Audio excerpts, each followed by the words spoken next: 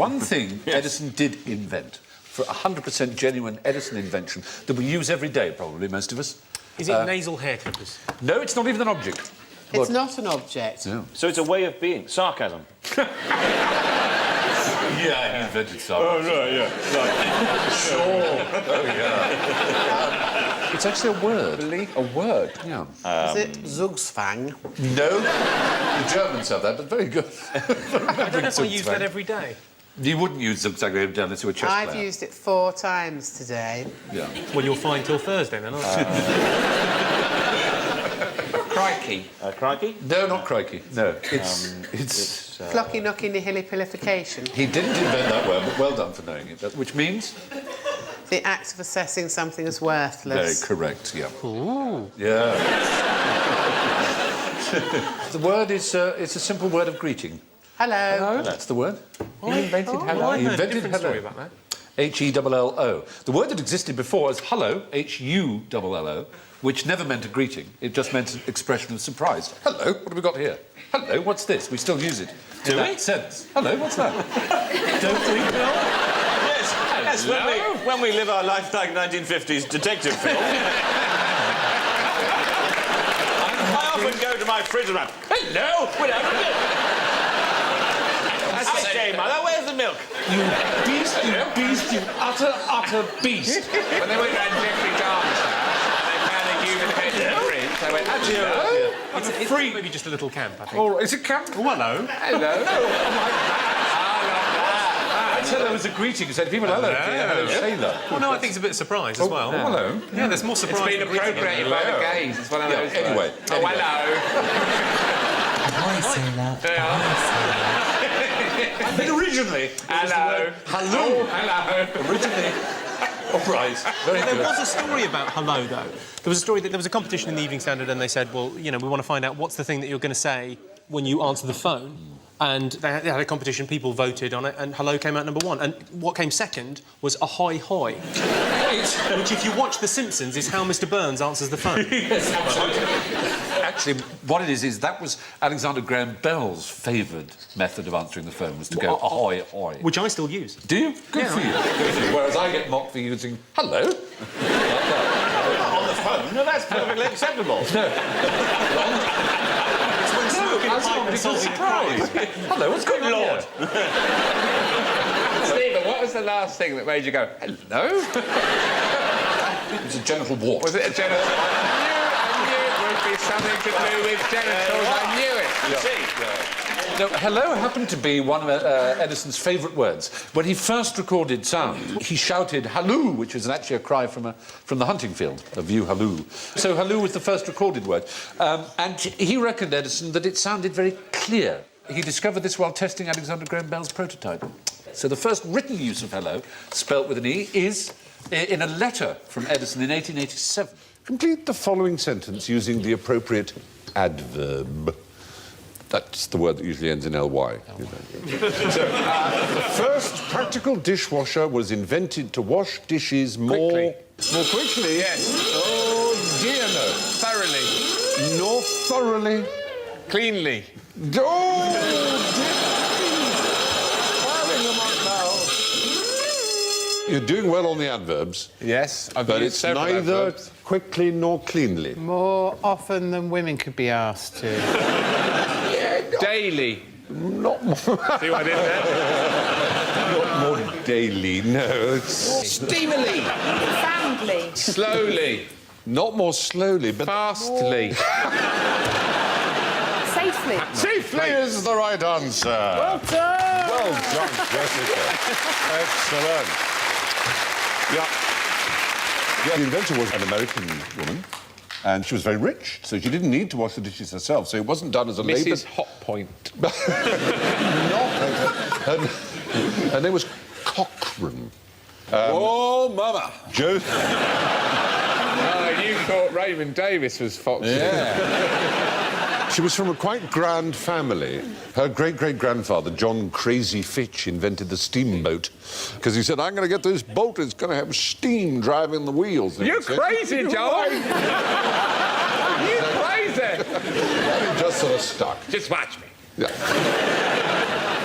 But she had 17th century porcelain, which she was very fond, and her servants were forever chipping it as they washed up. And one night, she actually dismissed them for the evening, said, I'm going to wash up and show you how it can be done without chipping.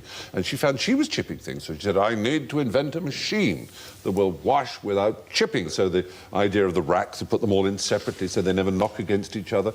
And it was a huge success. And when her husband died in 1883, leaving her virtually penniless, she actually needed it. She built a small one and a big one, and a big one could do 200 dishes in 2 minutes and dry them. It cost $250, which was a huge amount then. We're talking about the 1880s. It was really hotels and big institutions that bought them, but it won first prize at the World's Fair in Chicago in 1893. Is that her there? That's the wonderful World's Fair of Chicago, which was a great event in its own. They had the world's first Ferris wheel, designed by George... Clooney. and Mildred. First Ferris wheel. George Ferris. Yes, well done, you see. You've made up for a little bit of embarrassment early on. What did Prince Albert invent? Oh, a cock ring.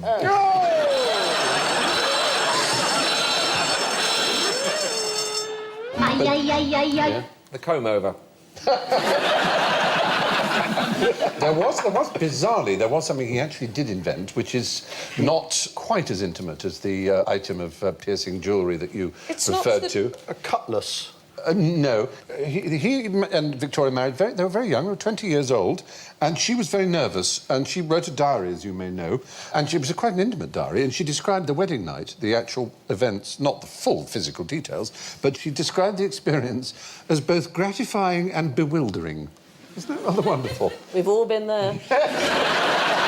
So anyway, they enjoyed enough to have 9 children, and what he invented was a device that allowed them to lock the bedroom door from the bed, to give them marital privacy. Isn't that rather splendid? Oh. Yeah. Dude. Yeah. Excuse me while I just... Yeah. So, but he wore very tight trousers, and this myth grew up in the middle of the 20th century that he somehow anchored his penis to one side of his body or another by means of some sort of ring that was therefore able to pull it backwards so that it wasn't on show at parties because he was a Victorian and it would have been rude wearing such tight trousers. But there is no evidence for this. What did cricketer Thomas White invent in 1771? The Yorker. The Yorker? Yeah. To hear a German say the Yorker... gives I don't know what it means. It's a fully pitched-up ball, but it's a... Well, good. Great to hear a German What's googly then? Yeah. Googly's... A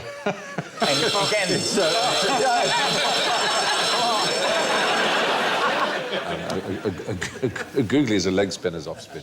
It's disguised, it's Comes very on the back. And complicated. how does the Duck vs. Lewis method work? Oh, nobody knows that. That's far too complicated. No, he didn't invent any particular type of bowling or of batting, but he looked at the laws of cricket and he noted that there was a rather glaring omission, and he thought splendid. Oh, with a big bat. Did he have a big bat? Yes, he came with a bat that was wider than the wicket. This enormous bat.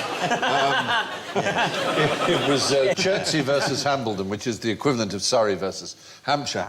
So after 1774, they incorporated a law that said a bat must be no wider than 4.5 inches. But this fellow, Thomas White, I suppose you could call him a cheat, but he was within the laws of the game as they were at the time. And there were others. There's an American footballer called Lester Hayes. Does that ring any bells with you? Of the Oakland Raiders, who had such success as a catcher in the late 70s that he was the Defensive Player of the Year. But the reason was that he covered his hands and gloves with an adhesive called Stickum. And he actually admitted, he said, without Stickum, I couldn't catch a cold in Antarctica. That's so clearly cheating. They must have spotted Well, that. there was no rule against There was no rule. They had to introduce one, which there now is. There was a jockey at Belmont in New York who, in 1923, died of a heart attack when on a horse and won. The horse won. Oh, right. And, of course, the bookies didn't want to pay out. But there was a rule that said the jockey had to be in the saddle. There was no rule that said he had to be alive. Well, he was a brilliant jockey, then, if he clung on even though he was dead. Exactly. Pretty amazing. Keep going! So the lucky punters were paid out. What were chainsaws originally invented for? Proctology. Wow. That's scary. Yeah, that's a... Slicing an arse in half. Yeah. Well, you know, you're in the right area, I have to Really? say. What? I mean, Really? well, Circumcision. Well, what I mean is, you began straight away with medicine. You didn't say trees or, you know, cutting down cutting you know, off legs. buildings. Like bones and... Bones is the right answer. Yes, in particular, it was a rather unpleasant procedure. It Oh, was don't. It'll be a boy thing against a girl thing. It well, will not be. against, you know. Well, no, It's doctors trying to help. Oh, I know what it is. I know what it is. It'll be a boy thinking a woman's taking far too long over labour, going, oh, I can't stand all that panting. I know, we'll get a chainsaw, just cut that baby out. That's what it is. But you know, you're absolutely right.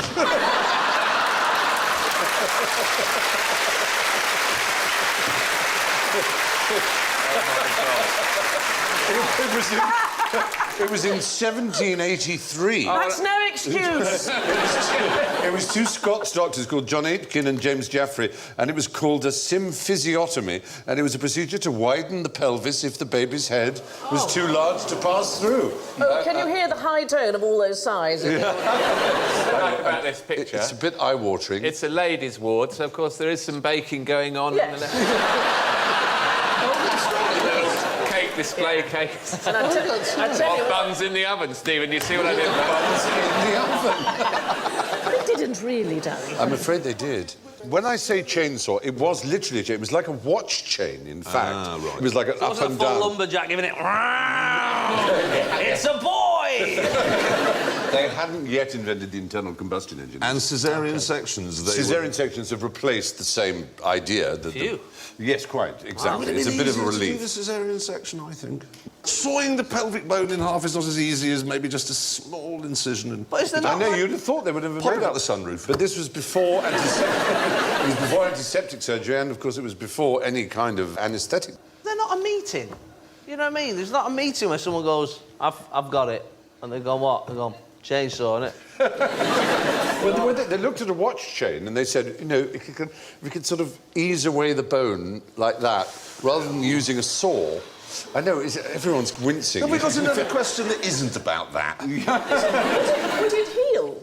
Presumably not very well. Well, they then went on to use the same thing. For example, if someone had a bit of diseased bone, they would do the same thing. They would sort of tick it in, then they'd go up and down like that, and then they'd do it lower down, and the two bits would fuse together and have a stiff arm. But it would get rid of the diseased bone. It was called an osteotome. It eventually became like a chainsaw. You can see one here. My God. That is more like a chainsaw.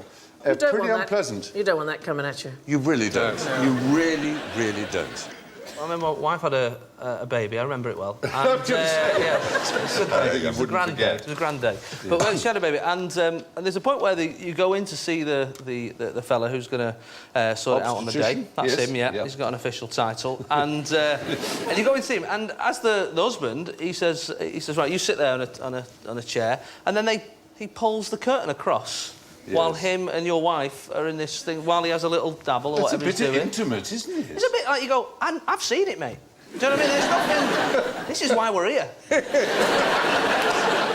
Well, you don't look when that happens, though, do you? At the moment of conception, do you actually have a look? You're looking into...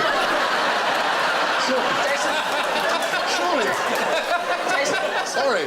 Stephen doesn't need to know, Jason. He doesn't need to know. You're gazing lovingly into her eyes. Gazing lovingly at the Born Identity, which is still on the television. As you reach for your drink. No, Do you think, darling, that he's got a periscope at the moment? I'm sorry. I don't know why you and I are having this conversation.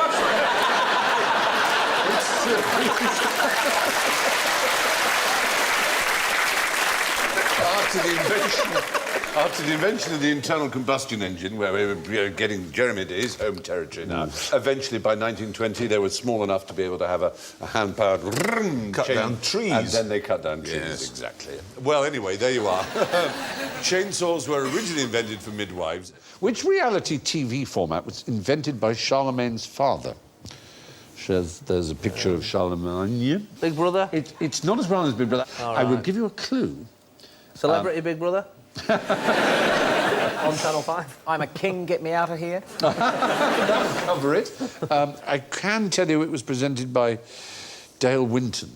Supermarket sweep. No, Total wipeout. What else has he done? Oh, yeah, you're pretty good. Yeah, you're good. Yeah, I know the workings Big of... fan. Yeah. yeah. You're good on Dale. Yeah. You probably don't know who Dale Winton is, do you? Chap or lady? Audience, behave. He's a very charming gentleman, Mr. Winton. Well turned out, crisply well turned out gentleman. Very nice man. Who was his father then? Well, Charlemagne's father is a good question. You're unlikely to have heard of him. I'd be very impressed if you have heard of him.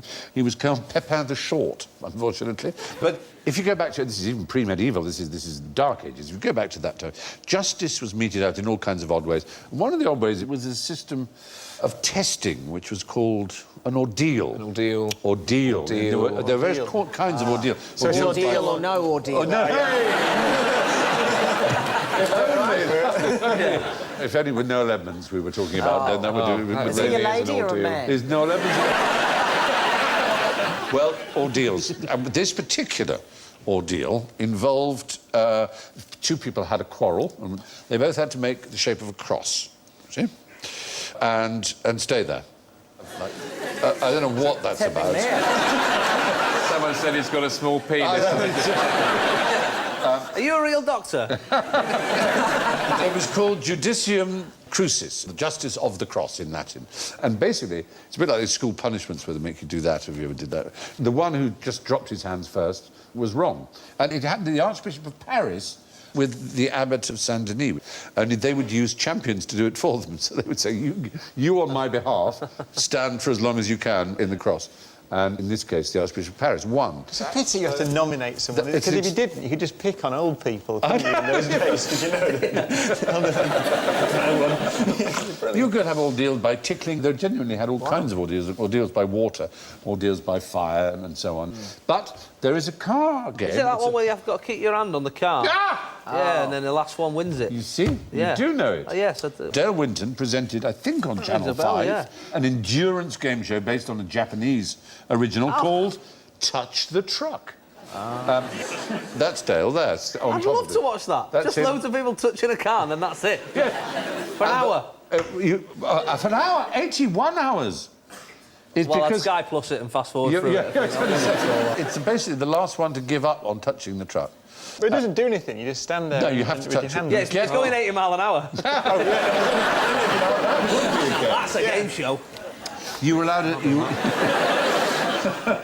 you were allowed a 10-minute break every 2 hours and 15 minutes every 6 hours. This is made up, isn't it? No one would...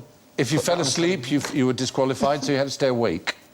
You couldn't just lie on the car with your hand on it, so you had to be consciously touching it. And the idea was the last person left touching it won it. And the winner, you probably want to know all about him, I expect, he won the truck, obviously, and he sold it in order to raise funds to stand as a political... Arm surgery. No. To stand as a political candidate. He stood for Kingston and Surbiton at the 2001 general election. There was a turnout of 49,093 people, and he secured 54 votes. Wow. We do it in New Zealand. It's a radio show contest. It quite often happens. Yeah, we're probably the last country still doing it. It's the only way you can get your cars back in New Zealand. Doing it on radio sounds even weirder to me, I have to say. Still touching it? They're still touching it? Do you have to drop? Still touching it? No, they interview the people who are touching the car. So right. I've got John here. How's it going? Ah, good. I'm still touching it. You know. How many hours now? 7. Anyway, that's it. That's basically a game show inspired by a Dark Ages... endurance test, yeah. Extraordinary, isn't it? Who invented the aeroplane? It's Orville and Wilbur Wright. Oh, I'm sorry to say... I'm very sorry to say that is the wrong answer. Is it the Wrong Brothers? It's not the Wrong Brothers. Very good, Peter. Thank you very much.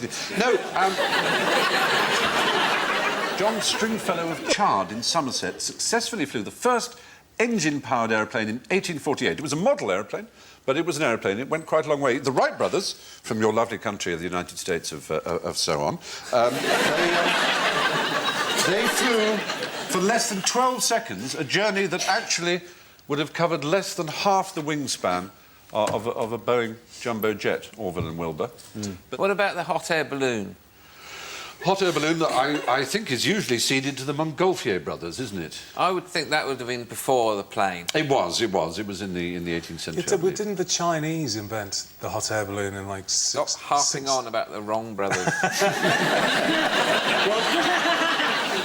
The Chinese invented a lot of things. We may indeed come to some of the Chinese inventions later on in the programme. Darts. Football. And, of course, China. It sounds odd, but it's true. What struck me about your statement was that he was from a place called Chard. Yeah. Chard. That sounds like the kind of town you'd want to get away from. Yes. Chard. Yes, he did run away and he moved to the village of Badly Burned in Dorset. Who invented, ladies and gentlemen, the telephone? I'm not going to say it. No. I'm not going to say it. No thoughts? No thoughts? Aristarchus. You're quite right. You're quite right. It's suspicious because the answer is certainly not Alexander Graham Bell. Who's the first person to do 2 baked bean cans and a bit of string? Who did Not recorded, as far as I know. Valerie Maybe. Singleton invented the phone. Valerie Singleton. I know that Louis Daguerre, who invented the photography, typical bloke, see, he invented photography and a couple of days later persuaded a local barmaid to take her top off. Then you take a picture. That's bloke's for you, isn't it, really? Yes. I've invented photography, this wonderful... Well, it was ever thus. Who invented the telephone, though? Do you want to know? All right, I'll tell you. Antonio Meucci, Italian-born scientist, he invented the telephone. He'd perfected it by 1871, couldn't afford the patent. But do you know what happened? It was being assessed for a patent in the offices of Western Union. It fell into the hands of a young Scottish engineer called Alexander Graham Bell. nicking that. Boo! He grabbed the chance and patented it in his own name. Meucci took him to court, but died before the judgment was given, leaving Bell to claim his place in history. What do we say to Alexander Graham Bell? Boo! Isn't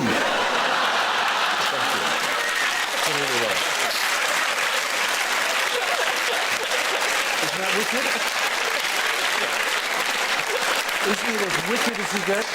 Isn't that... It's wicked. That's what we'd have said in... Look at him. I don't even like the look at him. Look at him. He doesn't even know how to use it. He doesn't even know how to use it. You think you're going to slay this?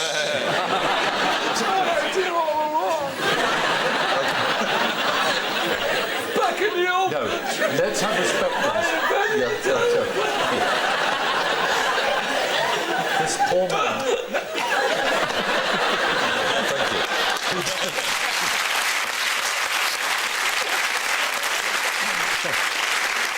This poor man deserves respect. A quite interesting thing that Alexander Graham Bell said. He said when he was asked what the future of the telephone was, he said, "I truly believe that one day there will be a telephone in every town in America." Who invented the theory of relativity?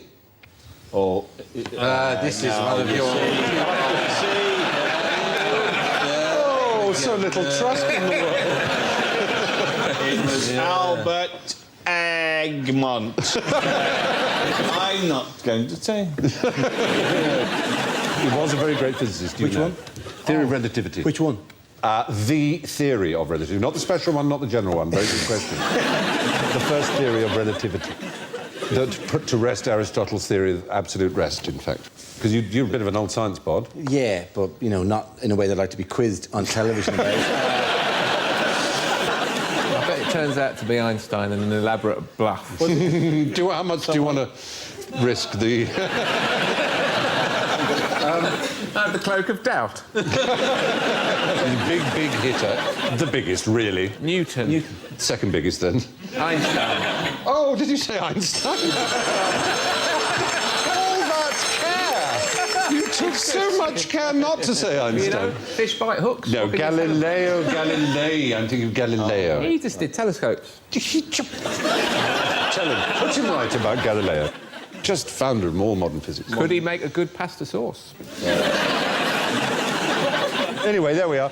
Einstein was responsible for the special and the general theories of relativity in 1905 and 1915 or 16. 15, I think you're right, yes, respectively. But the original idea of relativity was Galileo's.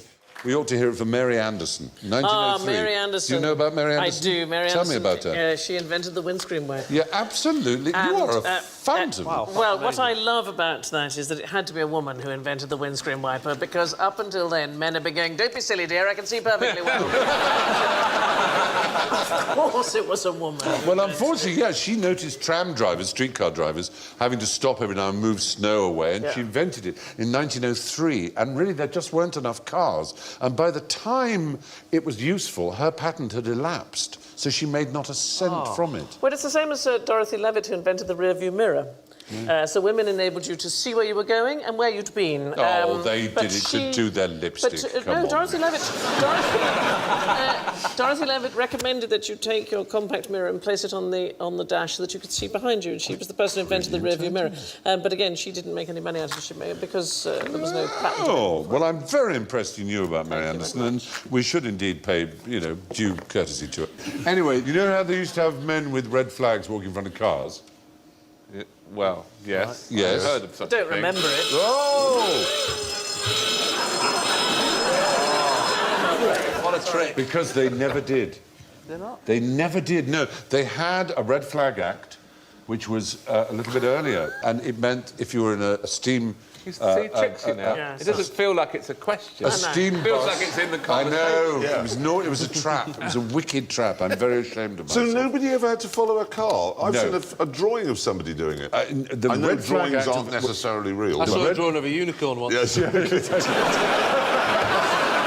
The Red Flag Act of 1865 required men known as stalkers to walk 60 yards in front of a vehicle. 60 yards? Yes, carrying a red flag. But it lasted Miles in in front. It's back there, it's coming. It lasted in 1878. Any minute So it was only relevant to traction engines and steam buses. From 1878 to 1896, the flag was optional.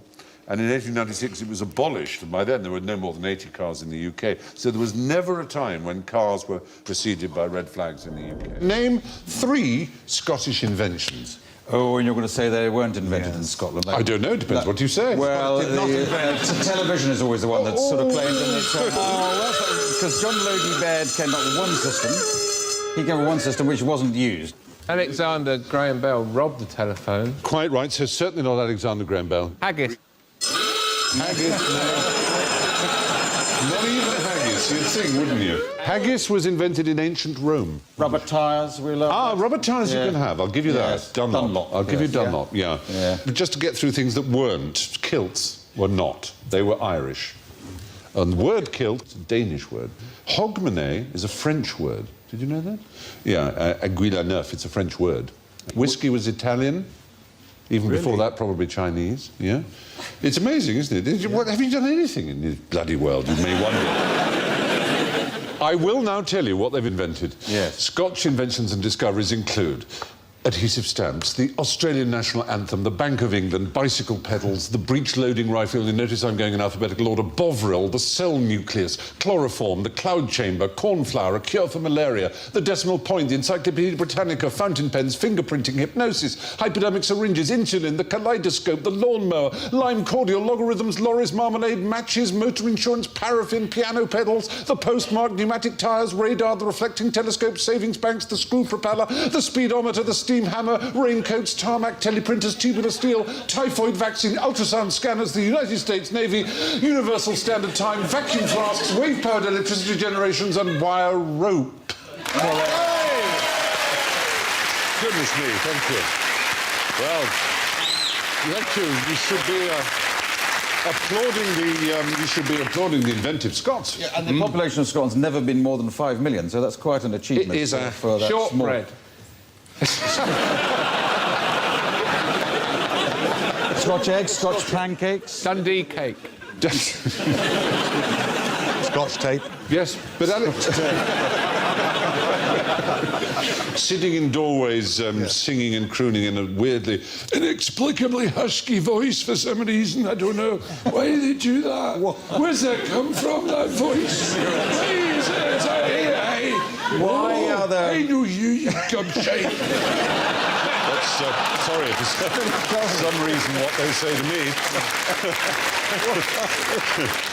But no, Alexander Graham Bell, for all that we've rather traduced him, he was involved in sonar, and he developed a hydrofoil which travelled at 70 miles an hour in 1919. He had a metal detector. It was used to find the bullet on Garfield, the president, after he'd been shot by an assassin's bullet, and unfortunately it didn't work. They didn't find the bullet. He said it was confused by the bed springs. So Garfield died. So there we are.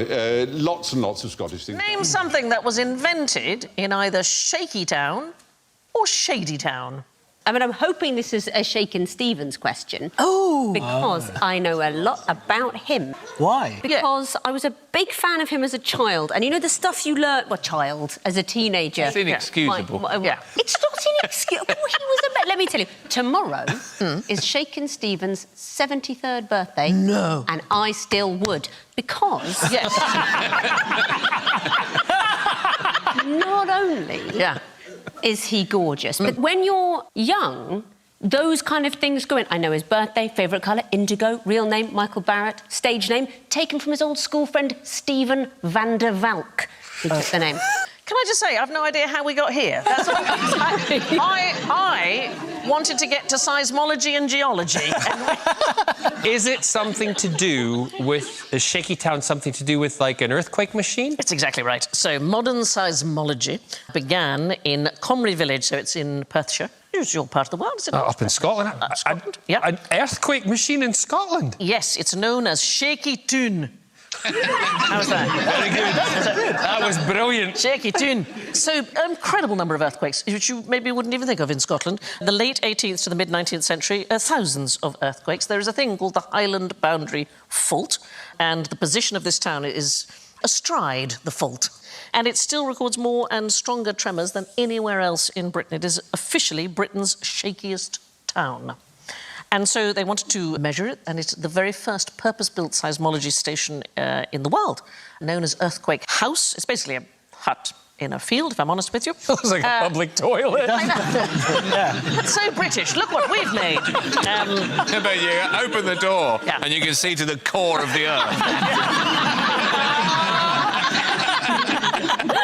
It was instigated by the Comrie pioneers, basically the local postmaster. He devised one of the earliest measures for earthquakes. So a 10 was a quake that they had in October of 1839, which was felt over most of Scotland. That's when the teapot rattles. Yeah. So the Comrie scale is different scales of quake. So number 10, massive quake in 1839. And then number 1 I like is called just sensible. What? Yeah, just capable of being sensed. It's a quiver. Oh. It's more of a... Oh, we've all had those. That's a different kind of earthquake. Is that it? Yeah. So, incredibly simple mechanism. You get 2 wooden beams. You get one going north and south and one going east and west like that, with wooden cylinders of various sizes on top. And it took various sizes of quake to get the cylinders to fall off. It's not very complicated. And then Sod's Law stepped in. They built the earthquake house. And that coincided pretty much with the end of the great era of earthquakes in Comrie. The earthquake had just moved on. Yeah. They've built something. Let's go. Yeah. But we now realise that this hut is of historic significance, and they've in fact updated it with modern equipment so sensitive it picked up the tsunami on Boxing Day 2004 in Indonesia. So that is... No way. Yeah. Right, so we've done Shaky Toon. Let's go to Shady Town. It is, I can tell you, also in Scotland. Any thoughts? A place where the sun never shines? Yes, darling. It is Lochranza on Arran. It is the UK's, possibly the world's, shadiest town. It gets fewer annual hours of sunshine than anywhere else because it sits on a sort of north-facing glen on a rainy island. It has no streetlights. I have to say I've been there, and it is extremely beautiful, but it is also the birthplace of modern geology. So we've got 2 places in Scotland that have done wonders for the study of the planet. The man is known as the father of modern geology, James Hutton. He visited in 1787. And he discovered, it was the very first example of what's called Hutton's unconformity. And I love this because I notice it and don't know what it is, but it's a junction between different types of rock formation. And he developed the idea that such formations could only have resulted over unimaginable time, so the Earth could not be young, as the Bible claimed. So I think we can just show you with some writing on the top. Can you see how you've got the ones that are the structures that are going up like that? And isn't it incredible? Anyway, he wrote a line in a 1788 paper which has Well, it's echoed through geological science ever since. The result, therefore, of our present inquiry is that we find no vestige of a beginning, no prospect of an end. It's really lovely. Modern seismology and geology were invented 60 miles from each other in Scotland. Thanks for watching. Marinus at Christmas, tell me about champagne. Who invented it? The French. In the Champagne region. No, they didn't. The grape came from Champagne, the Champagne region. Are they But they were not the ones who invented it. Belgian monks? Germans. No. English. Yes, English. Just got there first.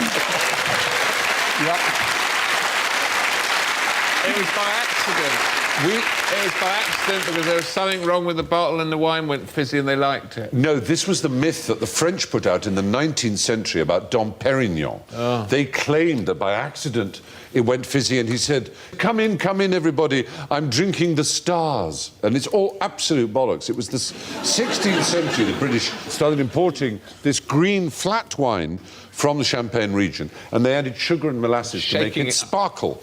Anyone makes ginger beer, it goes very fizzy. There's culture, you know. I'm sorry. Who among this table has ever made ginger beer? Yes, thank you. A surprising ally. And it multiplies, doesn't it? You can't get rid of the stuff. It's a culture, like yogurt. So when They should have a ginger beer episode on Doctor Who because it takes They're like over aliens. the planet. I made vodka as well.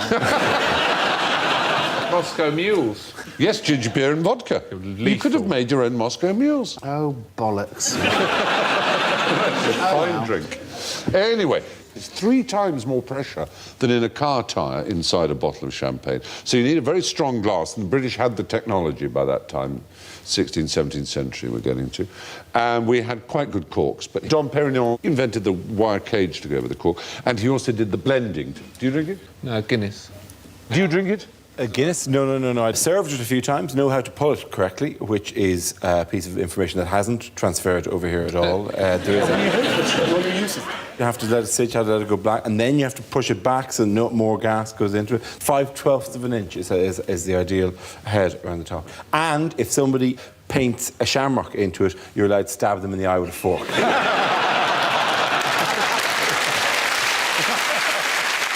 Who invented straight roads? Alan. The Romans. Oh dear, oh dear, oh dear, oh dear, oh dear. I'm afraid not. You haven't caught me or anything because I knew that was going to happen. Did you? Did you? Yes. It's and not. I'll have you know that they did. No, they didn't. They rebuilt a lot of straight roads that were already there. The Romans would make a road that would go 50, 100 miles. Yes. Stane Street, that goes from Chichester to London, is 60 or 70 miles long. No one thought to go that far in a straight line until they did. I think in terms of distance, you may well be right, that they probably built the longest straight roads, but there were People many... would come across the Roman road and go, blimey, this must be a Roman road. They invented going really, really far in a straight line. Yes, which wasn't the question, sadly. Oh, would that it had been.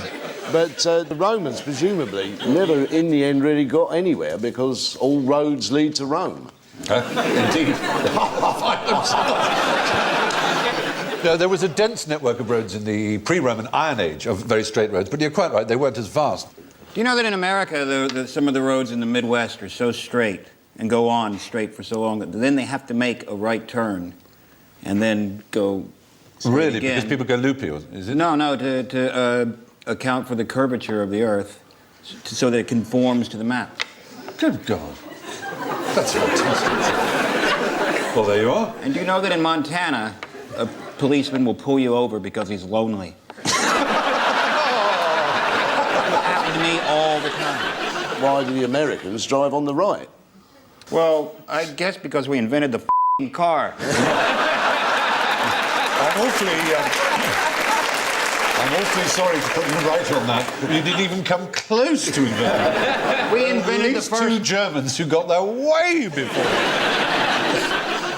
Another proof, of course, is that in Ireland there were many, many, many straight roads, and the Irish were never invaded by the Romans, were you? You never They never got as far as us, absolutely not. Absolutely. Which we actually do regret to this day because we have no great architecture that dates back to then. We have a lack We've got cromlechs. Well, we have our own little, mounds and stuff that we're quite happy with, that I had to drag my sorry ass around at school trips. Boys, we're off to see a mound today. And our imagination ran riot, but it was never what we expected. And do you know why the grass is greener in Ireland than over here? Is it because of limestone in the grass? It's because you're all over here walking on ours. Complete the following sentence using the appropriate adverb. That's the word that usually ends in ly. So, the first practical dishwasher was invented to wash dishes more quickly. Yes. Oh dear, no. Thoroughly. Nor thoroughly. Cleanly. Oh dear. You're doing well on the adverbs. Yes, but it's neither quickly nor cleanly. More often than women could be asked to.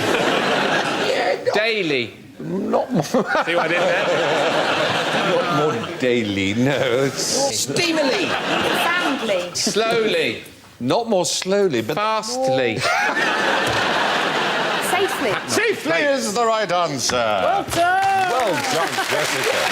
Excellent. Yeah. The inventor was an American woman, and she was very rich, so she didn't need to wash the dishes herself, so it wasn't done as a labour... Mrs. Hotpoint. Her name was Cochrane. Oh, mama. Joe... You thought Raymond Davis was Foxy. Yeah. She was from a quite grand family. Her great-great-grandfather, John Crazy Fitch, invented the steamboat because he said, I'm going to get this boat, it's going to have steam driving the wheels. You're crazy, John! You're crazy! It just sort of stuck. Just watch me. Yeah.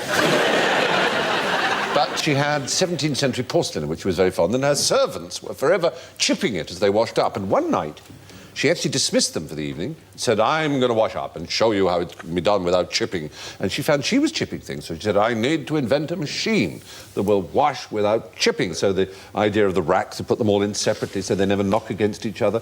And it was a huge success. And when her husband died in 1883, leaving her virtually penniless, she actually needed it. She built a small one and a big one, and a big one could do 200 dishes in 2 minutes and dry them. It cost $250, which was a huge amount then. I'm talking about the 1880s. It was really hotels and big institutions that bought them, but it won first prize at the World's Fair in Chicago in 1893. Is that her there? That's the wonderful World's Fair of Chicago, which was a great event in its own. They had the world's first Ferris wheel, designed by George... Clooney. And Mildred. First Ferris wheel. George Ferris. Yes, well done. You see, you've made up for a little bit of embarrassment early on. But there we are. Thank you for watching. All right, fingers on buzzers again, please. Who invented the moonwalk? Oh, Sean's in quickly. Michael Jackson. Oh! No. He certainly may have popularised it, if that's the word. It probably isn't. Winston Churchill. No, Michael Jackson got his inspiration from Jeffrey Daniel, who was a member of the soul group called Shalimar. Does that mean anything to you? Oh, yes. We're gonna make this a night to remember. Why did I say that? Tonight. We're gonna make this a night to remember.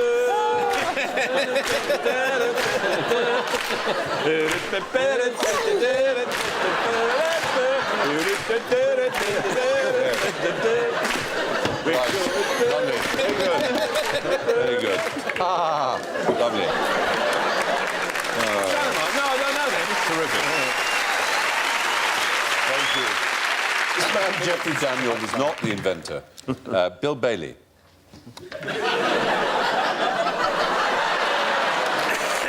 Wow. That's actually taken in space, that bit. That's actually the wrong man, because the inventor of the moonwalk was Bill Bailey, and we can see the real Bill Bailey now, I hope. Oh, wow. Look at him. He's just about to do it. There we go. Look at that. Wow. Isn't he great? I don't think he is. I think he's rubbish. Oh. Do you know of any other famous people who've had your name? Well, there's Bailey. Axl Rose, of course. Is his real name Bill Bailey? Axl Rose, lead singer of Guns N' Roses. His real name is Bill Bailey. Oh, that's very good. They thought Guns and Baileys was rubbish. Yeah. I have a dormitory at University of Colorado named after me.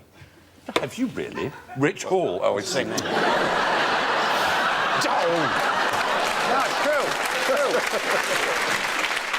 The last man to be hanged in America was a Bill Bailey. Good Lord. Yeah. Really? What was his... what did he... Was his I'm afraid I know no more about Terrible dancing and a silly hat. Moonwalking in a built-up area. You do know there's an animal that can moonwalk. It's a wonderful little bird called a mannequin bird. Do you want to see a mannequin bird? Yes. Yeah. Moonwalking. I think please. it will give you pleasure.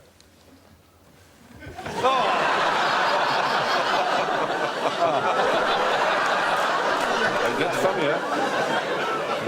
This night to remember. Get ready. Isn't it great? That is the loveliest bird. In very 70s yellow trousers. Yeah.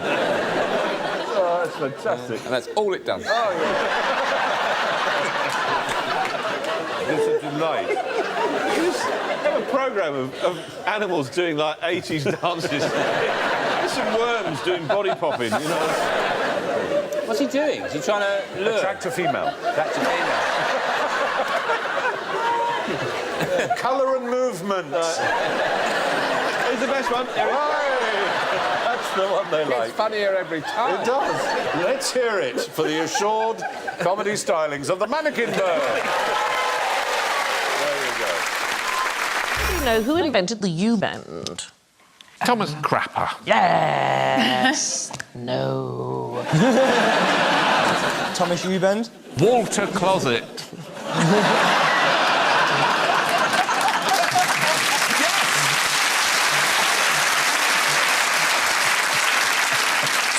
Crapper is often credited with inventing it. He didn't. He patented one. He did invent the bullcock, you know, the bit that goes up and down. The one in my dressing room is faulty. Is it? The toilet's running the whole time. Right. The system's just refilling a little bit every 30 seconds. But, darling, I'm a lesbian. Why didn't you call? I'm not...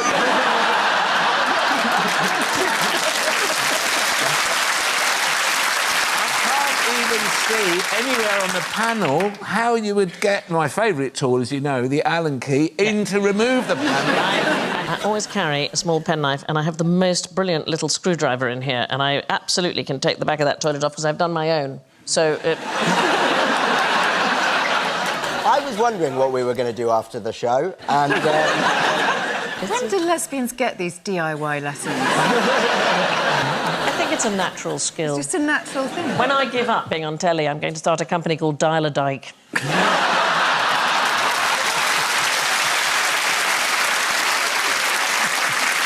just think your phone would never stop ringing. Can you? You need to do one advert on telly, one very low-budget advert, put a number up, and that would be it. Right, moving on. Crapper's U-bend, really just a slight improvement on the groundbreaking S-bend. And what were they both for, the U-bend and the S-bend? Why is it in the toilet? Well, it creates a trap and it stops odours. That is correct, and the S-bend was invented by a Scotsman called Alexander Cumming in 1775. He's really interesting. This is a strange Scandinavian extra fact. He designs... Oh, I love it, I love it. I'm so excited, hey. He designed some of the equipment for a polar expedition that went there in 1773, and so in the Norwegian archipelago there's an island named after him, Cumming Uya. Who do you think invented the flushing toilet in the first place? Mr. Flushing?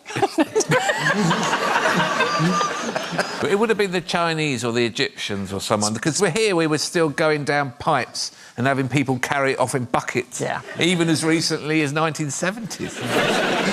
Yeah, today in your dressing room. I'm continually flushing, John. That's the issue. I need a dyke. I will... Is it going to be something ancient, Greeky, Romany? It's more than 4,000 years ago. It's Bronze Age. Astonishing. Really? There's a place in Santorini, the Greeks, Akrotiri, a Bronze Age settlement, and there's a flushing toilet on the second floor of this building, and it's from 1700 BC. So, wow. Yeah, long, long time ago. Communal toilets in the Indus Valley, flushed by water, so... Humans have been getting rid of their shit that way a long time. Very